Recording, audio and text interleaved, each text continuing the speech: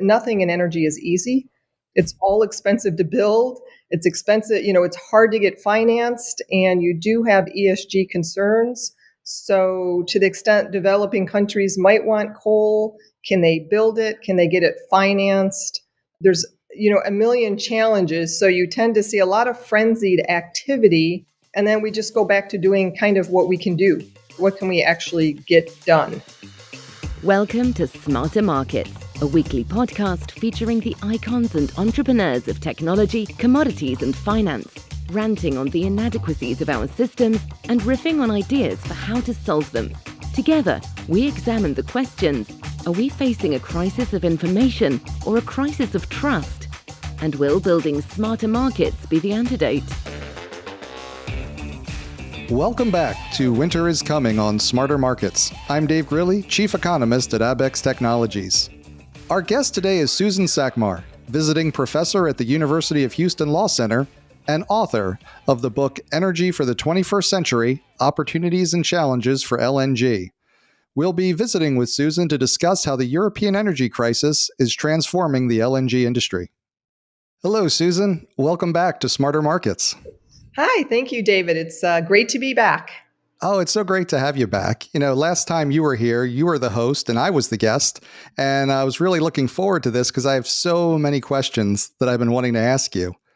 You literally wrote the book on energy for the 21st century with the opportunities and challenges it would present for LNG. And, those challenges and opportunities are really coming quickly.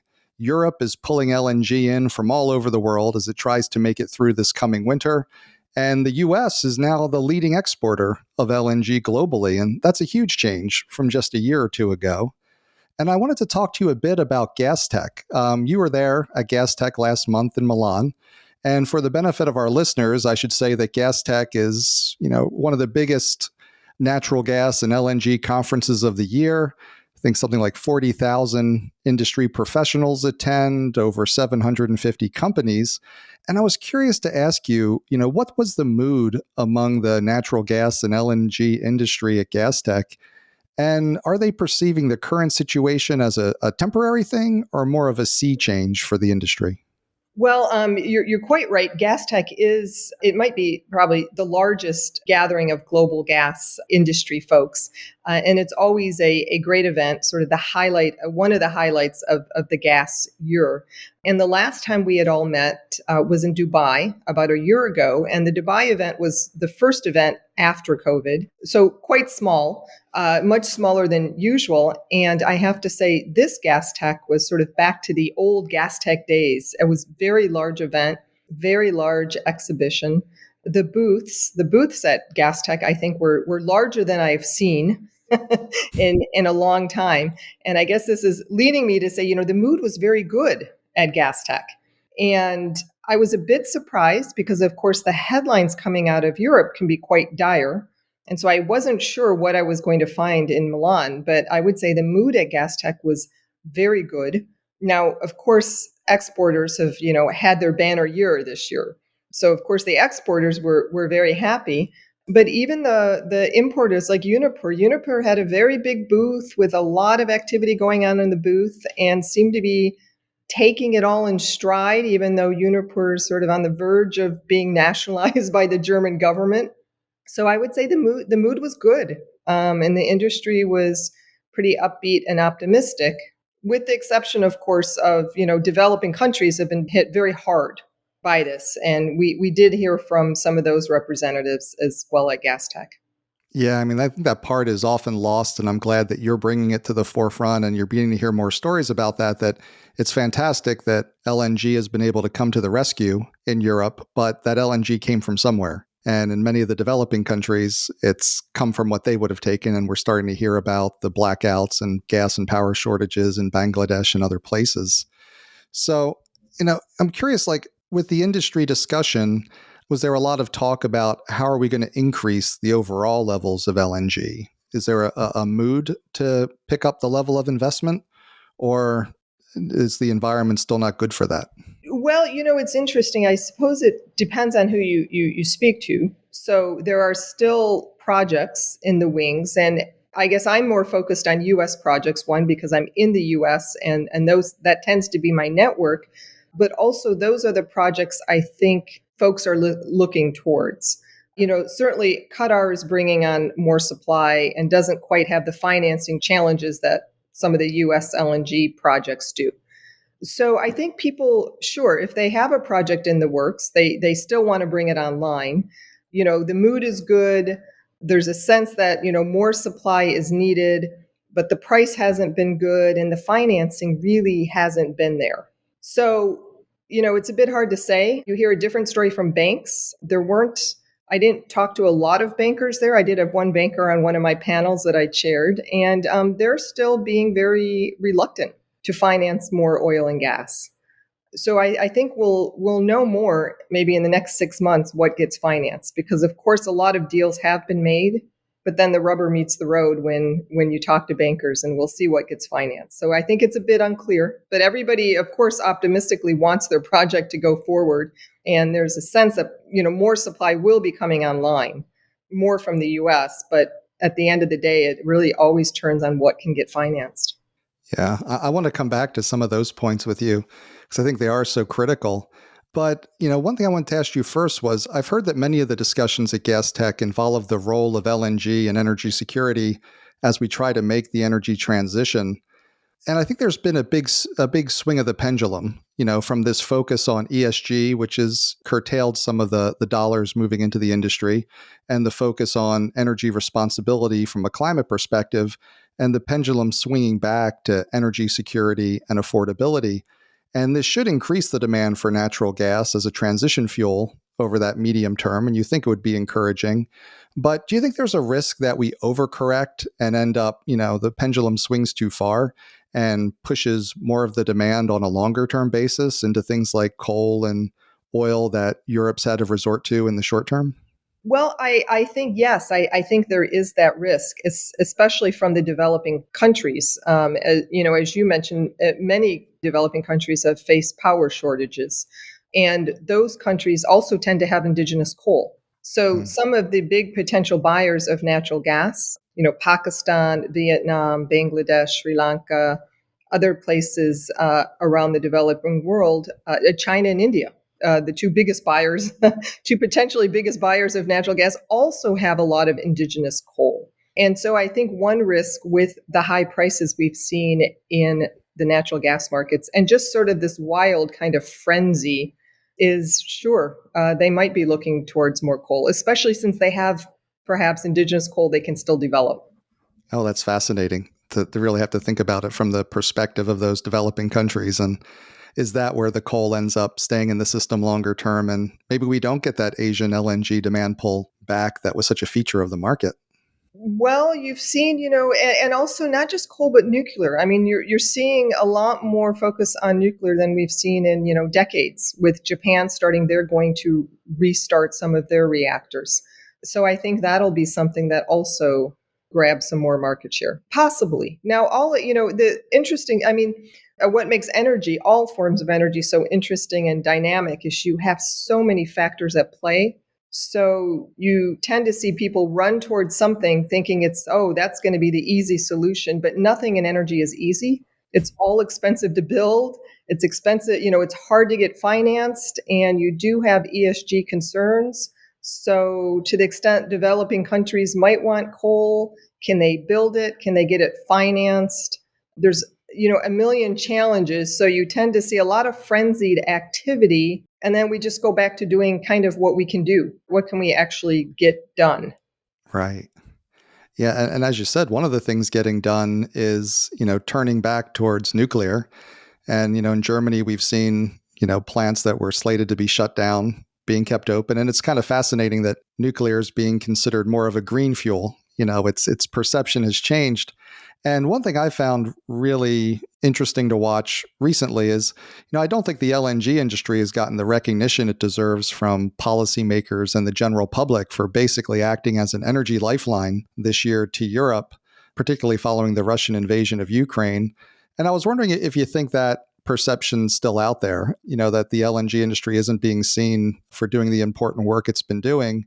And do you think that the perception of the industry among policymakers and the public might be changing right now? Well, I think it's been right. I don't know that LNG was seen as a lifeline, in part because of all of the other things that happened, right? I mean, LNG might have been seen as a lifeline if prices were reasonable, but prices got way out of control, right? And so then nobody feels like, boy, this is a great product that's really saving lives. Instead, it always feels like, that from the consumer, you feel like you're just getting gouged, right? Yeah. So I think prices got so out of line that it's tarnished, I think, the image of natural gas as a potential savior. And then, of course, you had in Europe all the knock on effects of industry shutting down and the power sector getting nationalized. So that does, I think, sort of tarnish the image of being a savior. Yeah, and I guess it's hard to contemplate how much worse things could have been when things are plenty difficult and plenty bad. I want to get back to this idea of, the need for more investment and need for more investment in the LNG industry in particular. When you talk about prices getting out of line, looking at the situation in Europe right now, there are just bottlenecks everywhere in the system. And that's being reflected in a lot of pricing. There's a shortage of LNG ships with shipping rates near $500,000 a day. There's a shortage of floating regasification terminals with their rates near $200,000 a day.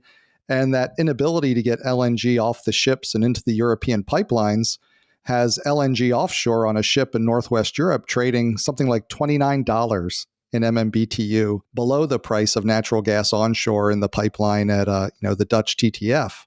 These are pretty staggering dislocations. I mean, $29 is multiples of the price of gas in the US. And that's just the differential between offshore and onshore in Europe. And I was curious, do you see the investment in these aspects of the system coming that could help debottleneck the system? I mean, certainly not in time for this winter, but in coming years? Yeah, I think we are seeing that. We have seen announcements coming. You mentioned shipping, and I don't know if you know, but I'm now on the board of a shipping company, Flex LNG. And certainly LNG shipping has had a banner year because there haven't been enough ships. And so the LNG shipping industry has been able to command very high rates. But you are seeing announcements of new builds coming. Qatar had an announcement, and a few other players have had announcements. So I think more ships are coming.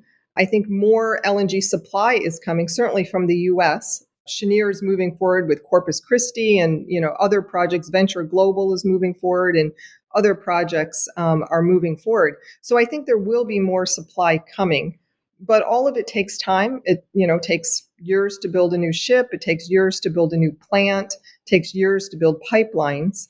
So I think for the next 5 years there will be quite a lot of dislocations until the industry can add more capacity. I think we're all having to adjust to the fact that we could be in this situation for quite some time, and this winter might very well not be the worst of it. Right. We'll see. And of course, the weather, right? Everybody's sort of on what's the way, if it's a warm winter, then in terms of supply, we're probably fine. European storage is almost full. And if it's a warm winter in Europe, things will probably be okay. But if it's a cold winter, we'll see. And, and then there's always unplanned supply disruptions.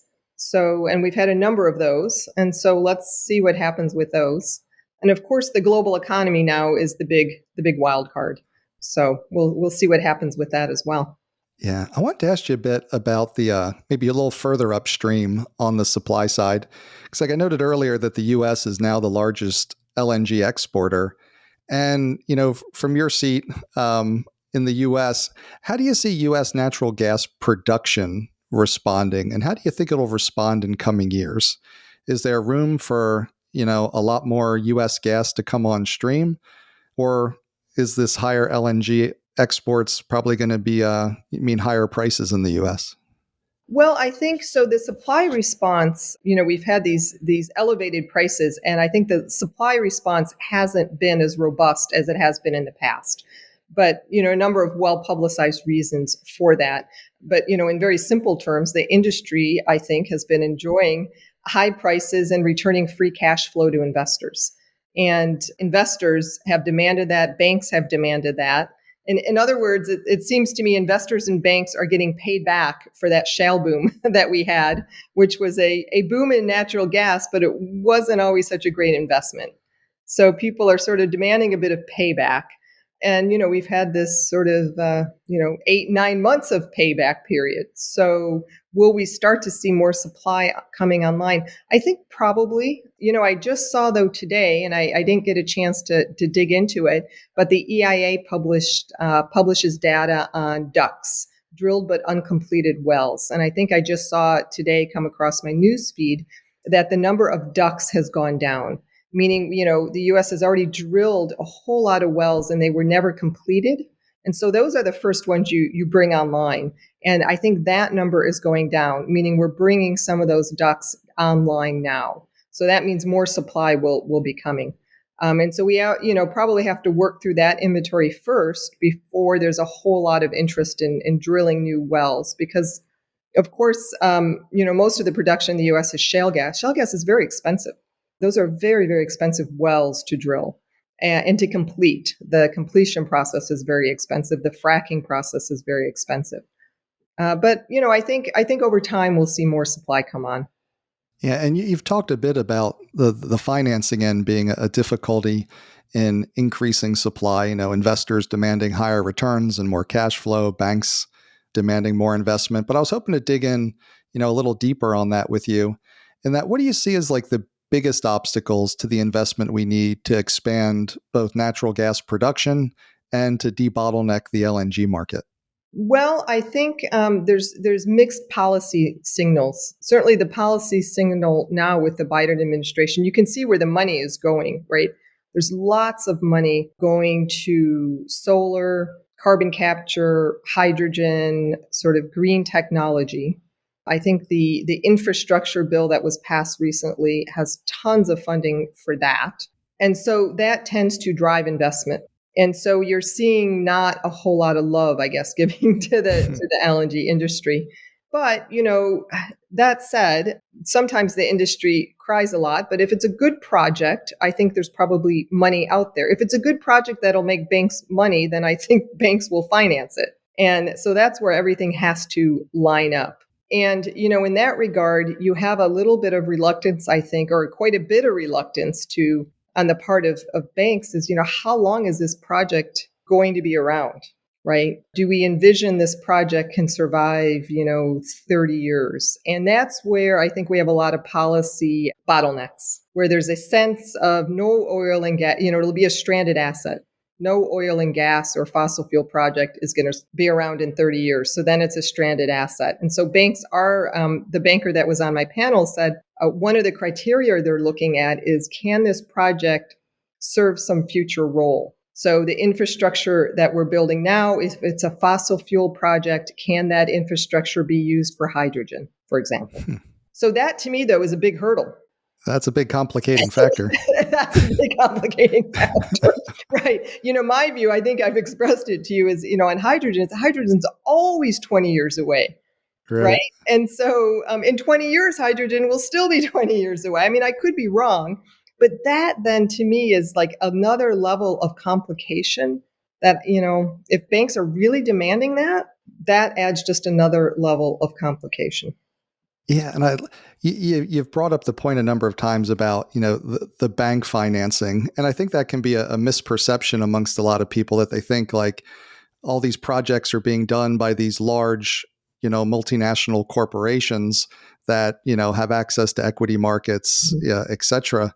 What is the financing for like a typical gas producer or someone who wants to start an LNG liquefaction terminal? Like, what is the process like for them? Could you walk us through that?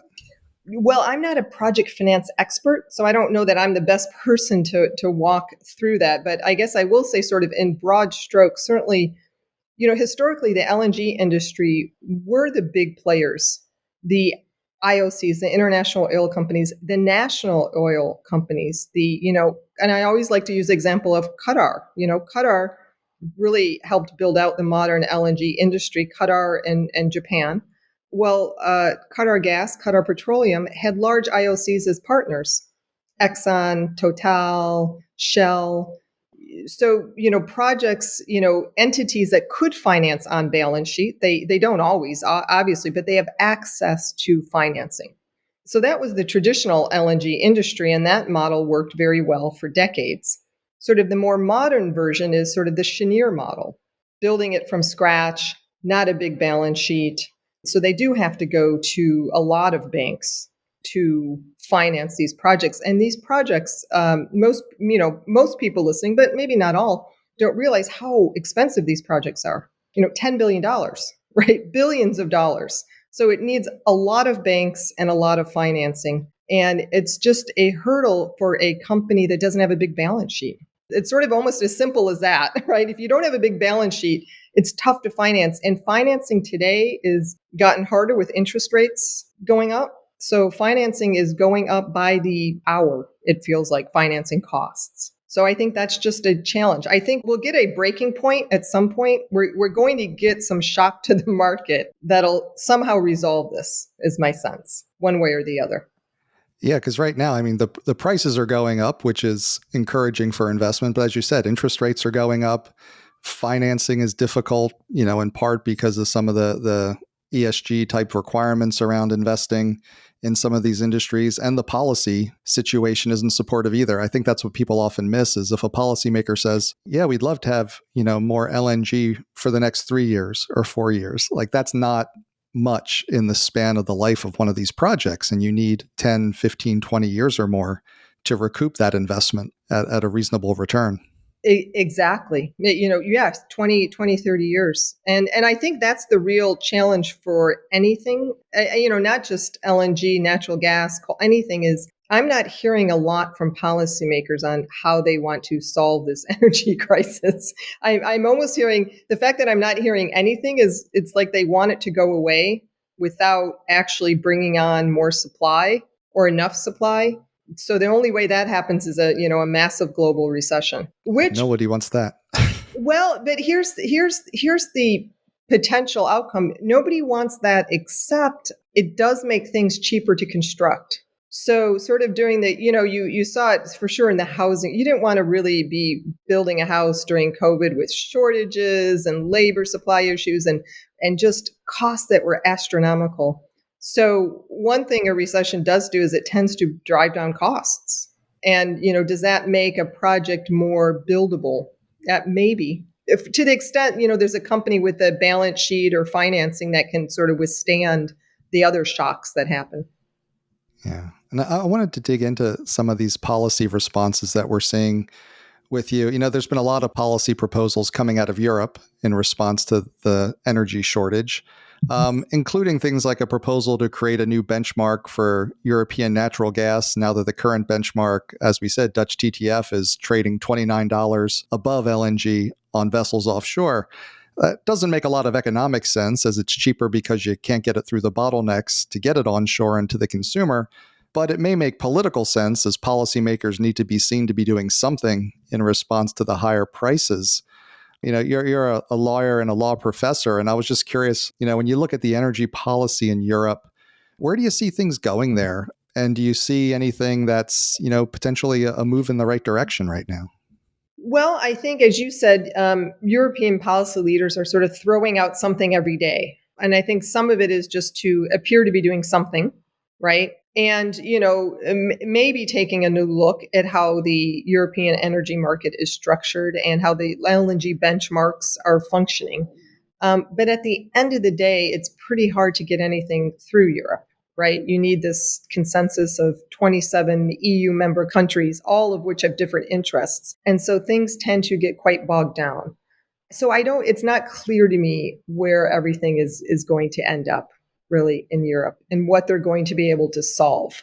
I think maybe there's probably studies going on and a lot of eyes looking at it, and maybe from that something will emerge. But at the end of the day, you still have to solve the really hard challenge of how much energy do we need and where are we going to get that energy is really what it comes down to. And those tend to be hard policy questions, especially for Europe. And they haven't really solved this just fundamental issues of how much energy do they need and where are they going to get it? And then, at what price? What price are they willing to pay? So all this other stuff is a lot of, I think, distraction, a lot of distraction and consultant studies that don't actually fundamentally solve the issue. Yeah, I guess trying to avoid the hard question and the hard reality. The hard reality, right? Especially since Europe did, there were some efforts to try to produce some of their own shale gas. And all of those efforts failed for one reason or the other. Either the resource, like Poland very much wanted to develop their own resources, but the geology wasn't great in Poland. The UK had sort of okay shale resources, but their first exploratory well caused an earthquake, and then that shut it all down. So they have a hard time developing any resources they might have. And then they end up just, sort of doing nothing because that becomes sort of the inertia. You brought up UK and shale, and the new prime minister, was opening up shale options again in the UK in one way or another. Anything that could be encouraging there, or any lessons from their experience with it the last time? I think it's going to take a very forceful policy push to develop any shale resources in Europe. And it'll be almost as simple as, if they want it, then they're just going to have to do it. And I say it that way because about 10 years ago, when I first started teaching at the University of Houston, one of my first meetings was with a delegation from the UK and a Texas railroad commissioner. And the delegation now again, this was 10 plus years ago. The delegation from the UK wanted to know more about our US shale. And, at the time, all of the news media was talking about how bad fracking was for the environment. So the UK delegation was very much focused on the environmental risks of fracking. And the Texas Railroad Commission had, the patience for about 5 minutes of this sort of hemming and hawing. And what about this? What about this issue? What about this issue? And the Texas Railroad Commission, literally, I think he left the meeting after about 10 minutes because he just had no patience for it. And he finally said to the UK delegation, listen, you're just going to have to decide if you want shale gas or not. It's as simple as that. And he literally left. and they all looked at each other because they just wanted to keep talking about it. And what about this environmental issue? What about this environmental issue? And, it was interesting to me because, of course, as a, academic, and I teach. And so in my law class, we talk about all the environmental issues, all the what ifs, because that's what we do, right, in the law school, all the what ifs. But, the railroad commissioner just had a very practical response. So I think policy leaders are going to have to just really take charge. If they think that shale gas is the way to go for the UK, then the policy decision and the policy rollout has to be that forceful. Listen, we are going to do it, and we are going to do it with, the best environmental standards we have at the moment, and we're just going to do it. And I just, quite frankly, I don't see that happening in Europe. I think the environmental movement against fracking probably in Europe is probably too strong. Now, maybe these high prices can convince consumers that they should do it. Maybe. But I doubt it. In part because governments are subsidizing. In Europe, governments are throwing out billions of dollars to consumers to subsidize these high costs. So, if they throw out enough money, consumers won't really care. They'll be like, well, it's fine. Gas prices went up, but I don't really have to pay my bill. So it doesn't matter.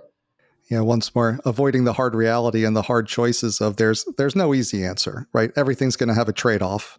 Right. And you just have to decide what trade-offs you're willing to live with. And as they say in Texas, decide yes or no, go for it. Yeah. I liked his response because it was just so matter of fact. Listen, if you want to do it, do it. And then he left the room. It's actually one of my fondest memories of a meeting in Texas, because it was, when I first arrived in Texas, and I'm like, wow, Texas is so efficient if this is how things get done.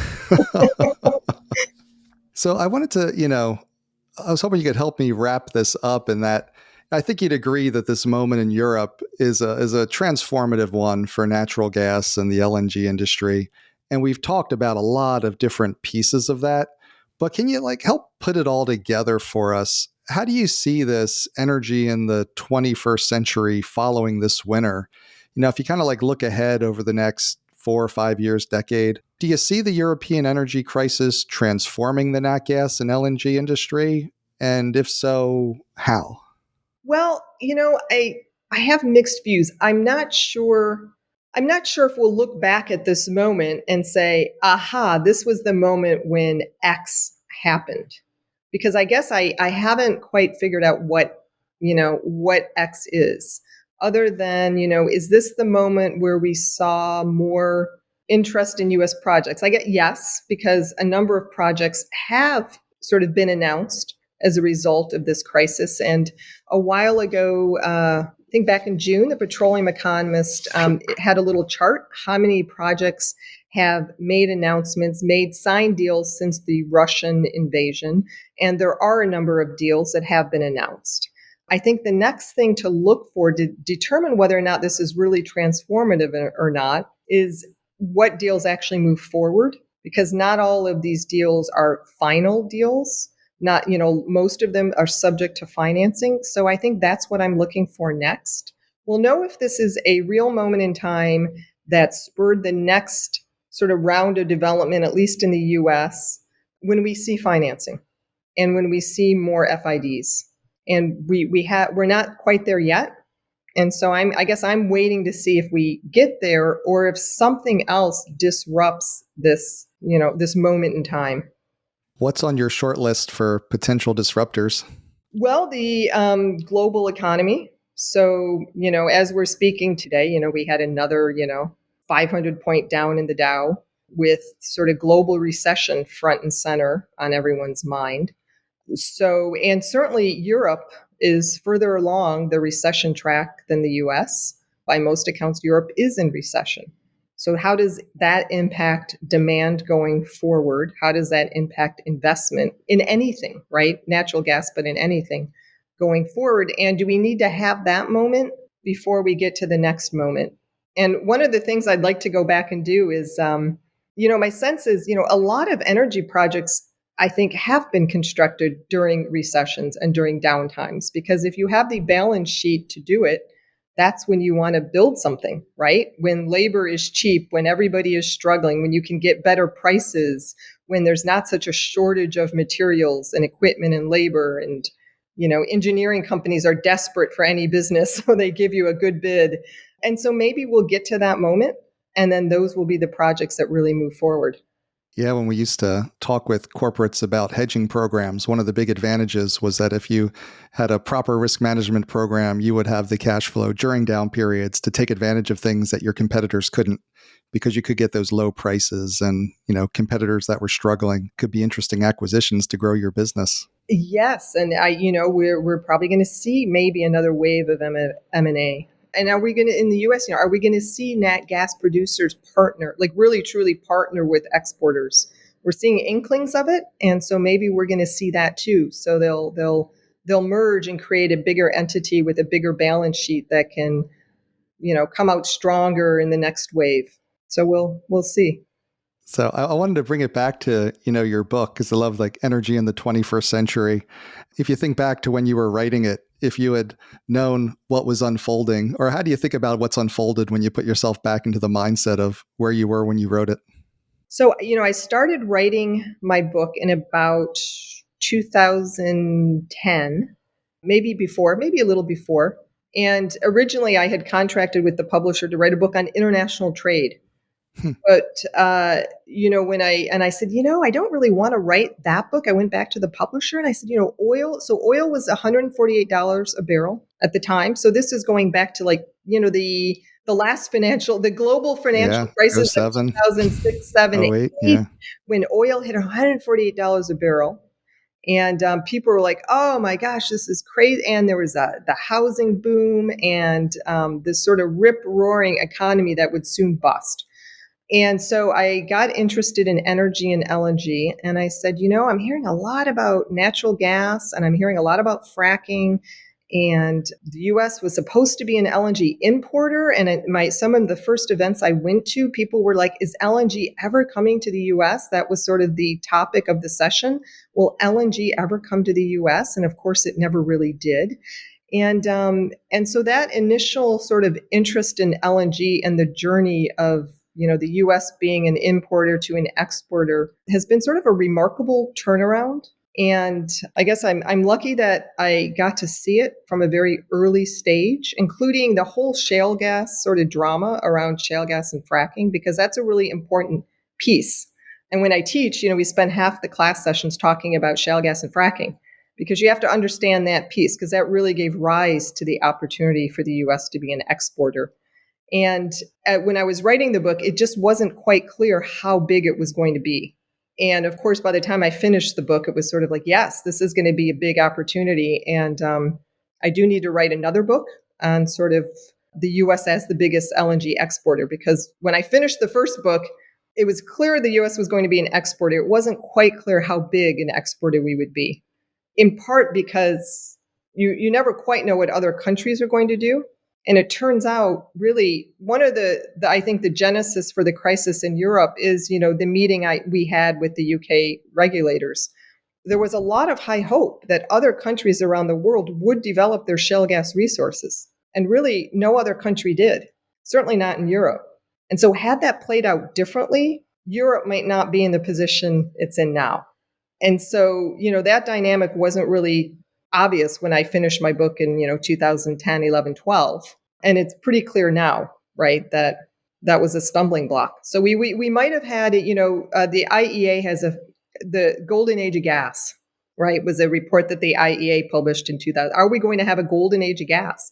And that golden age of gas really was dependent on how countries around the world would develop their natural gas and shale gas resources.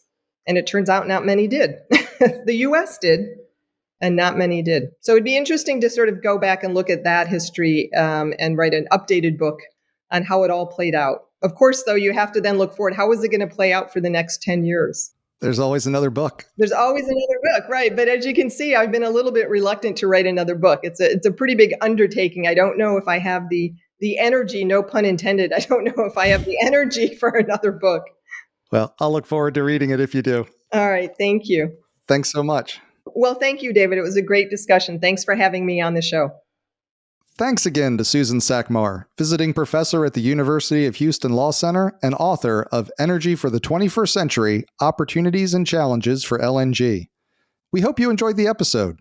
Join us next week with Oystein Kalleklev, CEO at Flex LNG and executive chairman at Avance Gas. He'll be sharing his unique perspective on the European energy crisis and what it means for the LNG industry. This episode was brought to you in part by Abax Exchange. Market participants need the confidence and ability to secure funding for resource development, production, processing, refining, and transportation of commodities across the globe. With markets for LNG, battery metals, and emissions offsets at the core of the transition to sustainability, Abax Exchange is building solutions to manage risk in these rapidly changing global markets. Facilitating futures and options contracts designed to offer market participants clear price signals and hedging capabilities in those markets essential to our sustainable energy transition. Abax Exchange, bringing you better benchmarks, better technology, and better tools for risk management. That concludes this week's episode of Smarter Markets by Abax. For episode transcripts and additional episode information, including research, editorial, and video content, please visit smartermarkets.media. Please help more people discover the podcast by leaving a review on Apple Podcast, Spotify, YouTube, or your favorite podcast platform. Smarter Markets is presented for informational and entertainment purposes only. The information presented on Smarter Markets should not be construed as investment advice. Always consult a licensed investment professional before making investment decisions. The views and opinions expressed on Smarter Markets are those of the participants and do not necessarily reflect those of the show's hosts or producer. Smarter Markets, its hosts, guests, employees, and producer, Abax Technologies, shall not be held liable for losses resulting from investment decisions based on informational viewpoints presented on Smarter Markets. Thank you for listening, and please join us again next week.